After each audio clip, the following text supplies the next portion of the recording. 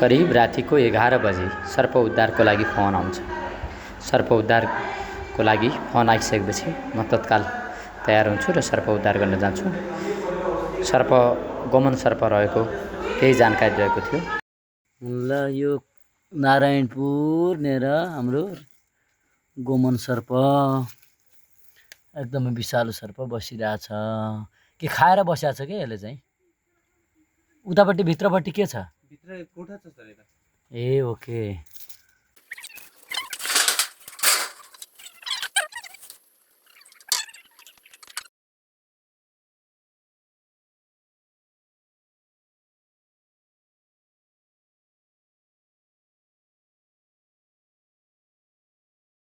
देखाउँ त ल म समातेर ल्याउँछु ल। यो देखाउँ एकदम रिसाएको छ हो।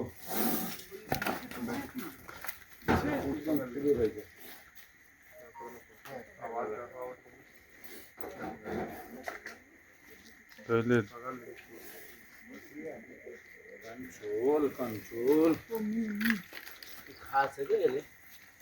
यो सर डब्बा एमै हाल्दिउँ बाल्टीमा राख्ले कसरी लिनु यार? ढक्कन छ त ढक्कन त ल्याउन त के अरे के ल्याउँ सर? बोरा छ वाल नभएको एकदम।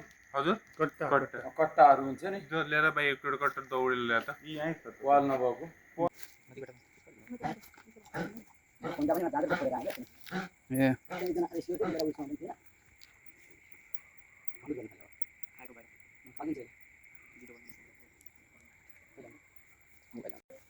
भमिट गरिरहेछ।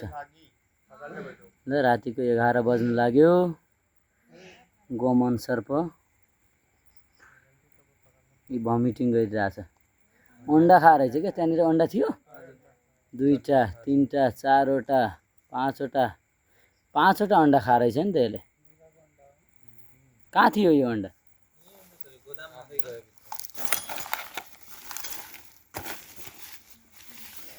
यहाँ पवाल रहेछ क्या।